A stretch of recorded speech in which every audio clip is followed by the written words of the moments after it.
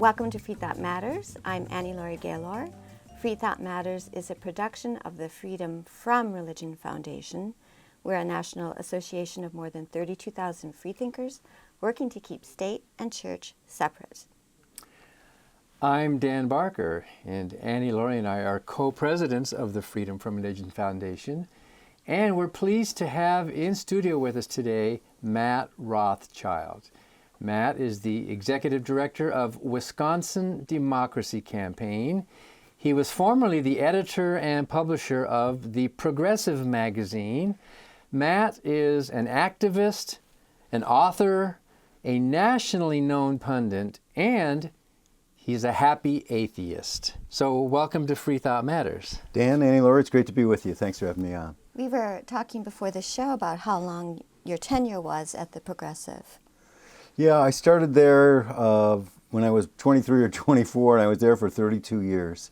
And most of that time as editor and publisher.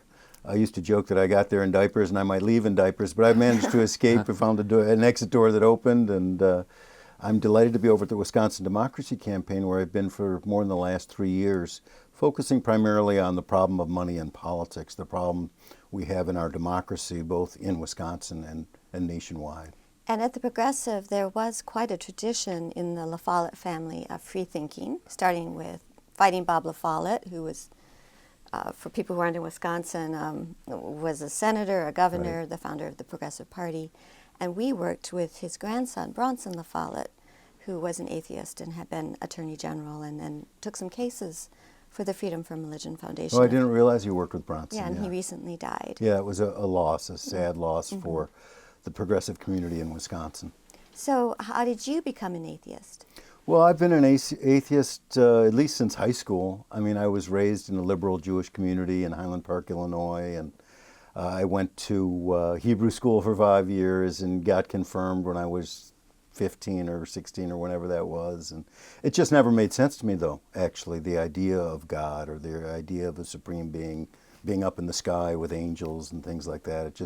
It collided with my rational brain, and I grew up, my father was a lawyer and very rational, and we had to make logical arguments, and just didn't seem logical to me. And my dad stopped going to temple after I had a sister who died, Julie, who died when she was 22 or 23 from cancer, and he was a begrudging participant at temple, and after that he just said, forget it, I'm not buying into this anymore. And I don't know that changed my mind, because I think it was down the path of atheism at that point, but it sure didn't make me feel stronger in any religious beliefs, quite the contrary. Well, at the Progressive, you did quite a bit about separation of church and state, and particularly with the Bush administration, you did a lot of writing about Messianic militarism. Right. And this seems timely again today, but do you want to talk a little bit about that? Yeah, unfortunately, very timely. I mean, this has been a problem not just of the George W. Bush administration, but really the whole arc of U.S. history. I mean, you can go back to Manifest Destiny, this idea that we as Americans are the chosen people, or we as Americans have this divine right to go conquer the whole continent of North America, or most of it anyway, and then impose our rule on lesser beings, as they were called by colonialists, U.S. colonialists throughout Latin America. And that kind of argument was made when the United States was invading one country after another. My God, we invaded Haiti 4 or 5 times, and Nicaragua several times, and Guatemala, and Philippines. All over the world. And it was done, under the flag of God and country. God and country. It's not a great combination. It's a very dangerous combination. You mentioned the Philippines. Reminds me of Mark Twain, who was vice president of the Anti-Imperial League and opposed the U.S. war against the Philippines in the late 19th century. And I think didn't his war prayer may have come out about that same time? Late 1890s or 1900s, somewhere in there. And all the progressives and people even like Susan B. Anthony were horrified by that imperialism in that day. And it's all forgotten. And it was maybe a little more naked than it is now, but certainly we heard it under George W. Bush, where he said he was, getting the word from God that he should go invade Iraq and craziness like that. But it's throughout U.S. history, really. And when people, leaders especially, invoke a deity for some horrible act of war, you have to wonder, what they're pulling over on all of us. And Bush was pulling something big over us because they wanted to go in there for oil, or he wanted to go in there because he had an Oedipal problem with his father who didn't knock over Saddam Hussein, or because he wanted the oil. I mean, there's a whole range All of the above. a whole range of reasons for that.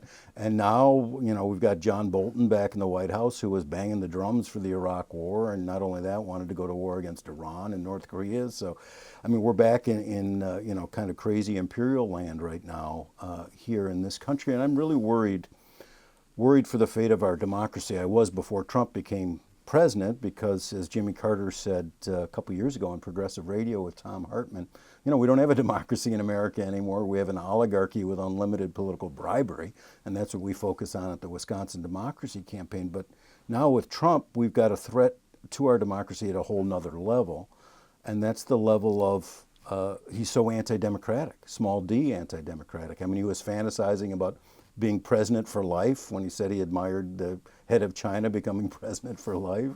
And he has this kind of fondness for strongmen, whether it's Putin or whether it's you know, the leader of the Philippines who is executing people left and right. And so that's very worrisome. And I'm worried, and we wrote about this at the Progressive too, that there's a possibility for martial law in this country. After all, General Tommy Franks, who led the invasion of Iraq under George W. Bush, he said if we're ever attacked again by terrorists with weapons of mass destruction, we're going to have to declare martial law. And Condoleezza Rice's deputy, General Wayne Downing, had said the exact same thing, mentioning martial law actually in public in an article in the Washington Post. And so when the generals are talking about imposing martial law, you got to know that their subordinates are drawing up the plans for martial law. That's how the army works. That's how the military works. And so those plans are probably on the shelf. And Trump, all he'd have to do is take them off the shelf. So can we connect the dots to the religious right and Trump? You know, he's enthralled him to them. 81% of the religious right voted for him despite whatever his own personal views are. And peccadillos. And peccadillos, yes, and that they seem to have ceded the moral high ground here completely. They have abandoned the moral high ground. When I was a minister, I used to preach that character counted. The character of your officials meant something. Today, that's totally out the window. It's politics that counts. It's a bizarre marriage, is it not? The religious right and Donald Trump, who is so much the opposite of what religious people say they believe as far as personal rectitude goes. And yet there you have that. And this is a marriage that predates Trump, too. I mean, the far right, the social religious right, has joined the Republican Party, which used to be just kind of a Main Street business party. And now they can work together to collaborate on a whole range of issues. One side gets what they want, and the other partner gets what they want, and it's a deal that, it's a pact with the devil. Now, in terms of Messianic militarism, perhaps I would think more of Pence and that term, but Right. What would your analysis be? Yeah, I mean, Pence has bought into the whole thing about, the divine presence of the United States and being instructed and guided by the hand of God in all our actions, and thinks he's got a direct line. He communicates with God on a regular basis. That is frightening. I mean, there's no rational argument, with someone like that, because he just pulls the God card out of his pocket, and then what do you say? I mean, especially to people who believe in God, and then you can't really have a democratic discussion. You can't have a conversation that we're supposed to have in a democracy is about what policy we should adopt if someone is going to bring that card out of their pocket. Well, all you the could time. take the card and then start cutting it in little pieces, like Thomas Jefferson did with the Bible. He said a lot of this is crap. Well, he didn't use the word crap. He said it was like a diamond in a dunghill, But we can complain, we can protest, we can criticize, we can do shows like this that point out the absurdity of this irrational thinking. Yeah, you can, and I do that too when I'm talking with people, and yet you get this all the time too. The pushback.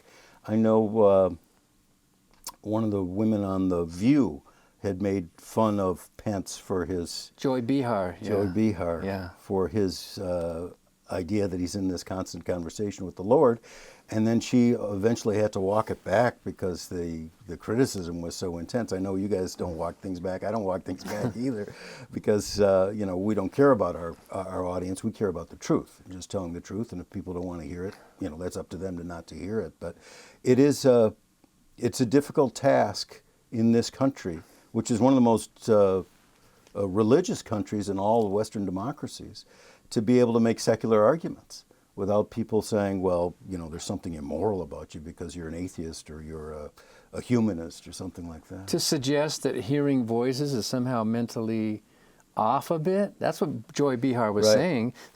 Pence thinks he's hearing voices. Jesus is going to tell him what to do. Well, that's freaky at minimum. There's even a lot of believers who are criticizing that. Right. And yet there are a lot of people who say, I have a personal relationship with God, so does Mike Pence, and how dare you criticize him?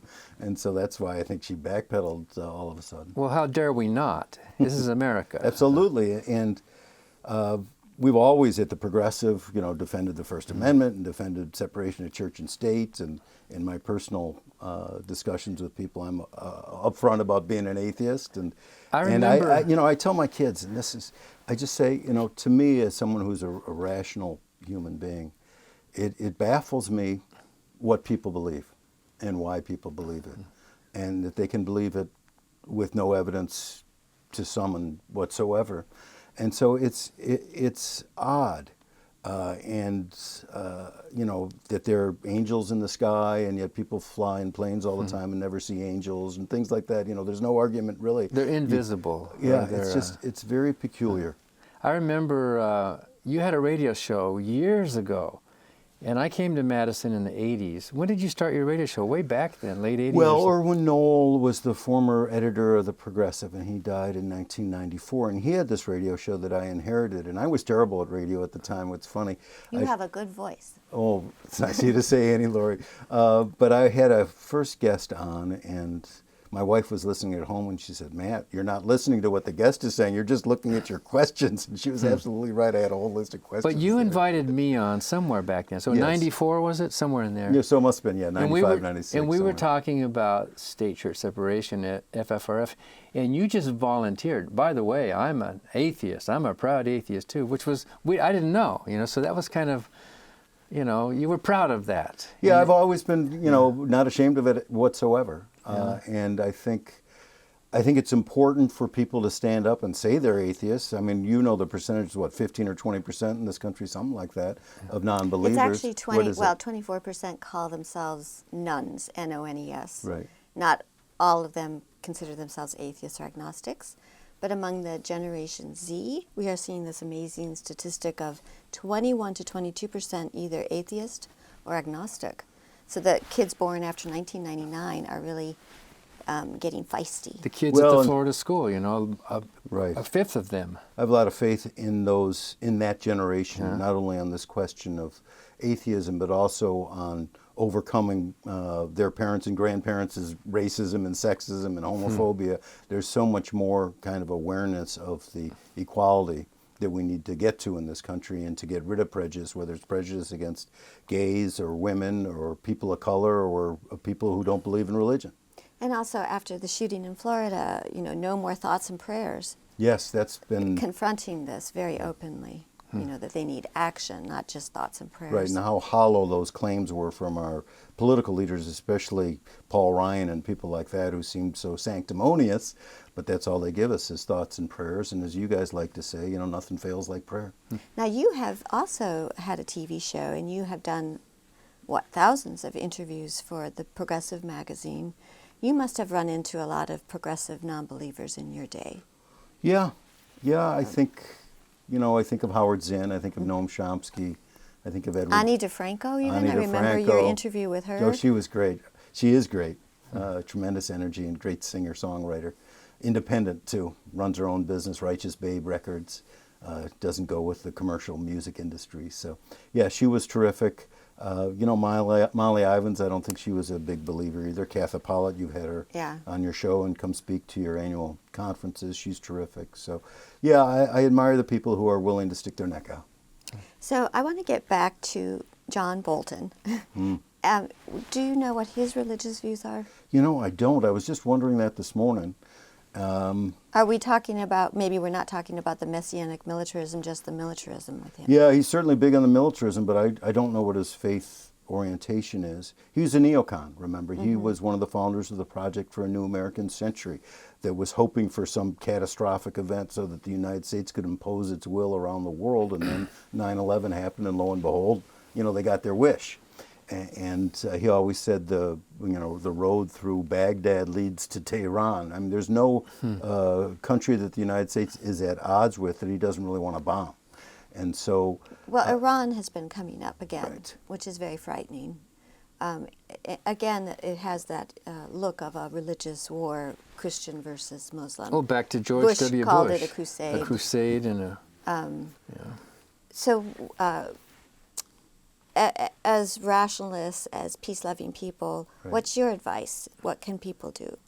Well, I think we need to protest any war talk. I mean, get in the street, contact our legislators, demand that a more peaceful approach be taken. We are at a very risky time in U.S. history here. And certainly with Iran, and even more so, I suppose, with North Korea, where there's been discussion out loud in public over the last year about nuclear war. I mean, when was the last time you heard public officials discussing the merits and demerits of nuclear war? I mean, certainly it hasn't happened since Vietnam or the Cuban Missile Crisis. Back when we used to hate Russia. Remember? I think maybe I was 5 years old and didn't really know what was going on. I mean, this is a long time ago. Right, that's the Cuban Missile Crisis, the when Cuban Missile Crisis. people didn't know in Washington when they went to work in the morning whether they'd see their loved ones at night because the threat of a nuclear conflagration was so great. And did you duck your head under the desk at school for those silly I don't think drills? we had duck and cover, but I did think you? no. My older brother did though. We used to do it. And it really stayed with him. It created anxiety. Like that's going to help a lot, to put your heads under a desk if there's a nuclear attack. Well, they were telling people in Hawaii how to respond in case there's an incoming nuclear missile, and how, I mean, it's laughable, but it's not funny, Well, right? I guess something's better than nothing, but still. And for the religious folks, some of the religious folks who want to see the end times come and Armageddon come, Well, this they is don't like care the, about nuclear conflagration. the Yeah. Pence crowd that Right. is so pro-Israel because they think Israel has to actually go up in flames before we can have Armageddon. And Well, and It's as a not Jewish very- American, this has always been such a Right. weird coalition where you have strong Jewish supporters of the state of Israel making an alliance with these far-right Christians here in this country. And what do they want the Jews to do? They want the Jews to convert. Otherwise, we're going to die in the lake of fire. I They mean, don't care about the Jews. They just care about Jesus, and that's their way to get Jesus. Right, Second but- coming of Jesus. But for my fellow Jews in this country, it is a very bizarre, those who are allied with the far right in this country, that is a weird alliance because those people, they don't like us. They don't like me. right, it's almost like a sacrifice, the Israel, so we can get the end of the world and end Right. times. So there's a little bit of, more than a little bit of masochism in that relationship. Now, let's talk about somebody we really don't know his religious views except that he's completely given his allegiance to the religious right, and that is Mr. Trump. So you must have a lot of opinions about him, and particularly about separation of church and state and what he's been doing. Yeah, I think Trump is a real threat to our system, both because he doesn't seem to respect the separation between church and state, and also because, frankly, he's the closest thing that we've ever had to a fascist in the Oval Office. And I don't use the F word in public very often. And I resisted using the F word, the fascism word, for decades. But look, Trump traffics in two of the basic tropes of a fascist. And the first is racism. And he came out of the gate with his campaign, racist against Muslims and Mexicans. And he was a leader of the birther movement, which was that racist attack on President Obama. And of course, he didn't rent apartments to black people either. So, I mean, And his father, terrible reputation. and was it a Klan rally? Yes, And Klan. so the fact that Trump is a racist is hard to deny, especially after Charlottesville and his outrageous comments there. And he knows how to appeal to racism. And the other calling card of the fascist is ultranationalism. And Trump wore that on his cap. I mean, the whole slogan, "Make America Great Again," is nothing but an appeal to Americans' sense of beleaguered national pride and a hope or a thirst for the great old glory days of the country. And that's what Hitler used. That's what Mussolini used. That's what Franco used. That's what Pinochet used. I mean, this is the classic fascist card. And the combination of these two things, I mean, racism and ultranationalism are kind of like the sperm and the egg of fascism. And Trump's doing some in vitro fertilization right there in the Oval Office. We need some birth control quick. Yeah, there is a real problem with this crazy experiment he's working. But what about the religion angle? You know, Sinclair Lewis's famous quote that when fascism comes to this country, it will be a flag wrapped around a cross. Right. I mean, that is an element here too. It is, and I believe that Trump, and maybe through his mouthpiece Pence, will be talking about, or Sarah, you know, they'll be talking about God and talking about our mission and talking about, you know, how important it is for the United States to do whatever it's doing because we're divinely instructed, whether it's to wage nuclear war against Iran or attack Tehran or whatever, you know, declare martial law, you decide. But so the Christian nationalists play right into that same agenda. People who think we are a Christian nation, we are the chosen people, we are the elect, we get to impose our will on the rest, plays right into a fascist agenda then. Yes, it does. I mean, it's because fascism is the antithesis to democracy. Yeah. And if they can do that, if they can impose that, not only tearing down the wall between church and state, which is a fundamental wall that we need to uphold here in a democracy, but then just to say, yeah, we're not going to have democracy, period, anymore. I mean, there was a poll that came out recently that said 18% of the American public would be fine with army rule. That's a bit alarming. That is a bit alarming, and it reminds me a little bit of when John Patrick Hunter famously in the 50s went around the Capitol Square here in Madison asking people to sign the Bill of Rights. And what was it, like 18 people out of 100 or something? Less than that, I think. So John Patrick Hunter was this great reporter for the Cap Times, and he barely could get anybody to sign the Declaration of Independence or the Bill of Rights. They thought it was communist. And of course, the Capital Times was a huge crusader against Joe McCarthy, ultimately. Right. But that was a scary era, and it looks like we're heading right back into this kind of era, only maybe more so.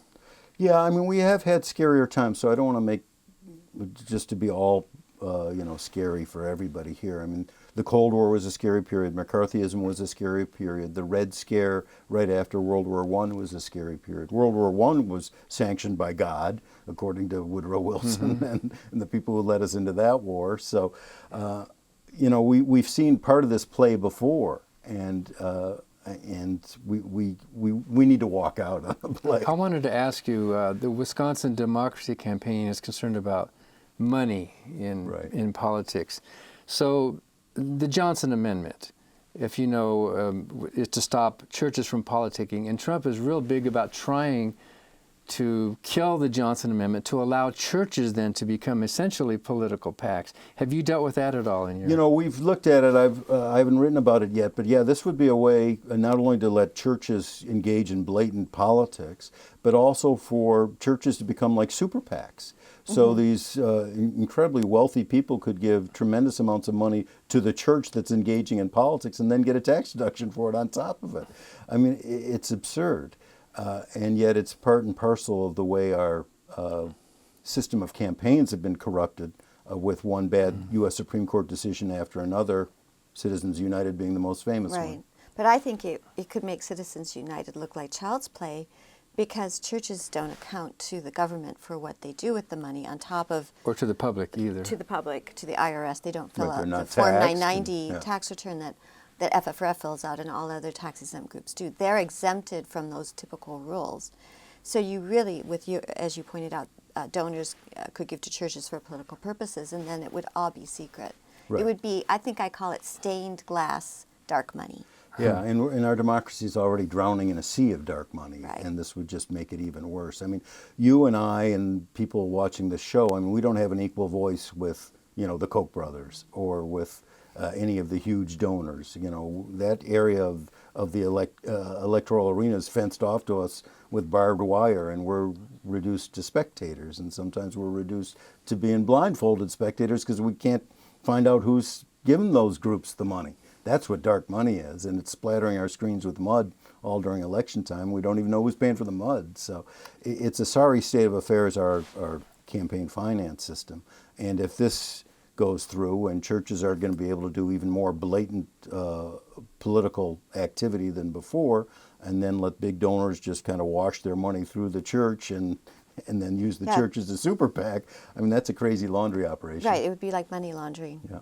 Well, in Wisconsin, we had a chant that was very popular for a while. You might remember, "This is what democracy looks like," at the time of all of the protests of Governor Walker when he was destroying the teachers' unions.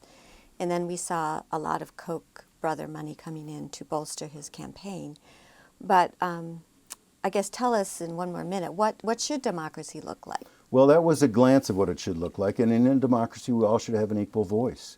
That's the thing. Our democracy isn't a tug of war between a billionaire on the left and a billionaire on the right. We all should have an equal tug on that rope. And we all should be able to exercise our freedoms, too.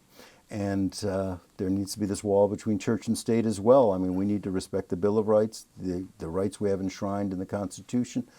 And we need to have real democracy. And we're so far from real democracy where everybody has an equal voice and an equal stake. We just have a couple minutes left. I wanted to just ask, for people who are in Wisconsin, what are you doing now with the campaign? Well, the Wisconsin Democracy Campaign, we have a database where we show where all the money's going that we can track down, and that's publicly accessible at our website, which is wisdc.org. We're campaigning for campaign finance reform and, better rights for voters, making it easier for people to vote. And we also are very worried about Scott Walker because he really isn't the ruler of Wisconsin. The people who rule Wisconsin are the Koch brothers, Wisconsin Manufacturers and Commerce, and groups like that. And he's really just a water boy for them. And so we want to look behind the throne and see who the real powers are. And the real powers are the big business community here in Wisconsin, the factory farms, Wisconsin Manufacturers and Commerce, and Betsy DeVos's American Federation for Children, too. They have a lot of power here in Wisconsin. Well, we're lucky in Wisconsin to have a watchdog like you. You know, we do state church watchdogging, and you do another kind of very civic-minded state church watchdogging. And we're lucky to have you here in Madison, Wisconsin, and to have had you on the show. Well, it's been my pleasure. Yeah, I still got my bark.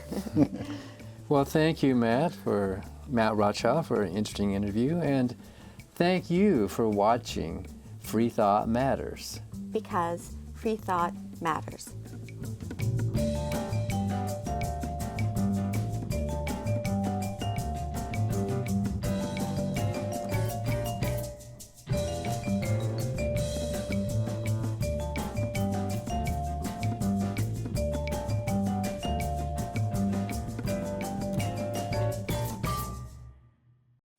Hi, I'm Ron Reagan, an unabashed atheist, and I'm alarmed by the intrusions of religion into our secular government. That's why I'm asking you to support the Freedom from Religion Foundation, the nation's largest and most effective association of atheists and agnostics, working to keep state and church separate, just like our founding fathers intended. Please support the Freedom from Religion Foundation. Ron Reagan, lifelong atheist, not afraid of burning in hell.